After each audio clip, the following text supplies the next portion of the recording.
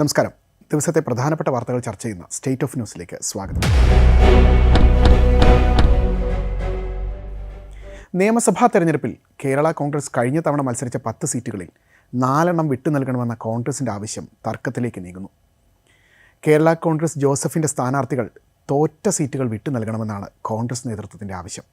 എന്നാൽ ഒരു സീറ്റും വിട്ടു നൽകില്ലെന്നാണ് ജോസഫ് ഗ്രൂപ്പിൻ്റെ നിലപാട്. മണ്ഡലങ്ങളിൽ തെരഞ്ഞെടുപ്പ് ഒരുക്കങ്ങളുമായി മുന്നോട്ട് പോവുകയാണെന്ന് അവർ വ്യക്തമാക്കുന്നുമുണ്ട്. PJ ജോസഫുമായും മോൻസ് ജോസഫുമായും നടത്തിയ ഉഭയകക്ഷി ചർച്ചയിൽ ഇടുക്കി, ഏറ്റുമാനൂർ, കോതമംഗലം, കുട്ടനാട് സീറ്റുകളാണ് കോൺഗ്രസ് ആവശ്യപ്പെട്ടത്. ഏറ്റുമാനൂർ സീറ്റ് വിട്ടാൽ പകരം പൂഞ്ഞാർ കിട്ടണമെന്നാണ് കേരള കോൺഗ്രസിൻ്റെ നിലപാട്. ഇടുക്കി വിട്ടുകൊടുക്കാനും ജോസഫ് തയ്യാറല്ല.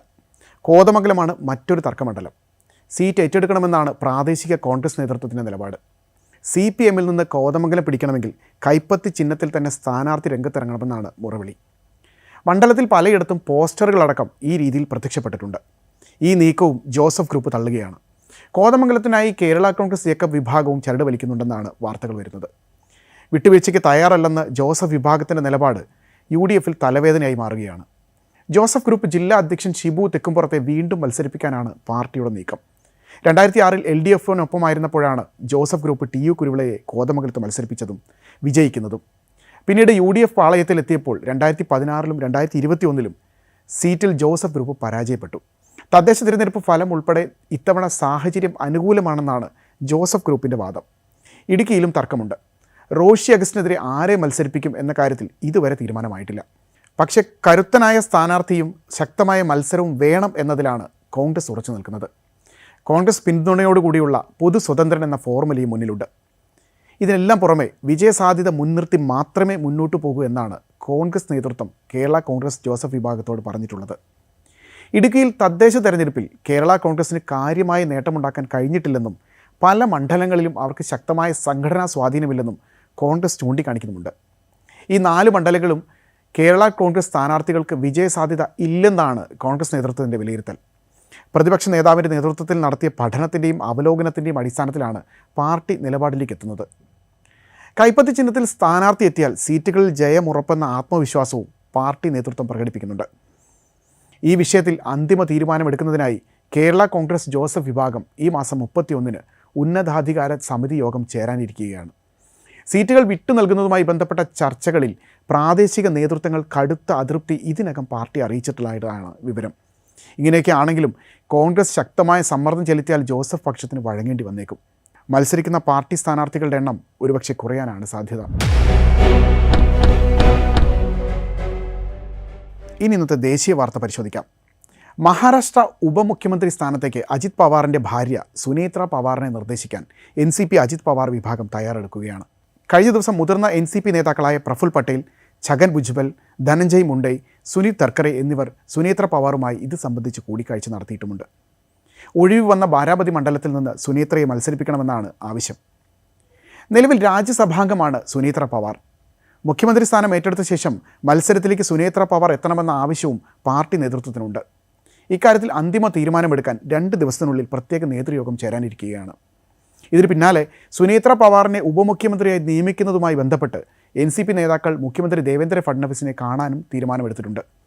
പാർട്ടിയുടെ വർക്കിംഗ് പ്രസിഡന്റ് പ്രഫുൽ പട്ടേൽ പാർട്ടിയുടെ നേതൃത്വത്തിലേക്ക് എത്തുമെന്നാണ് നിലവിൽ വരുന്ന വിവരങ്ങൾ.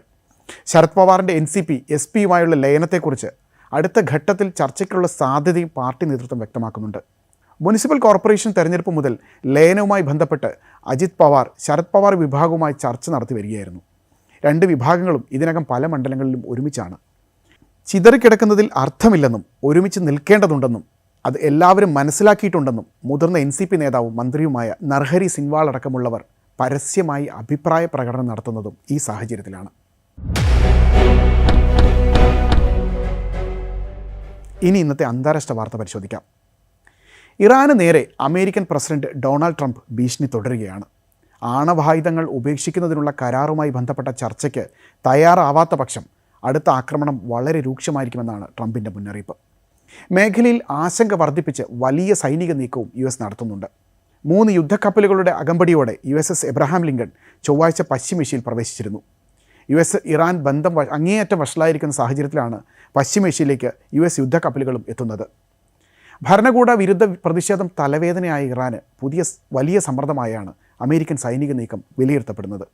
ഇതിനിടെ സജ്ജരാണെന്നും തിരിച്ചടിക്കാൻ തയ്യാറാണെന്നും ഇറാനും ആവർത്തിക്കുന്നുണ്ട്.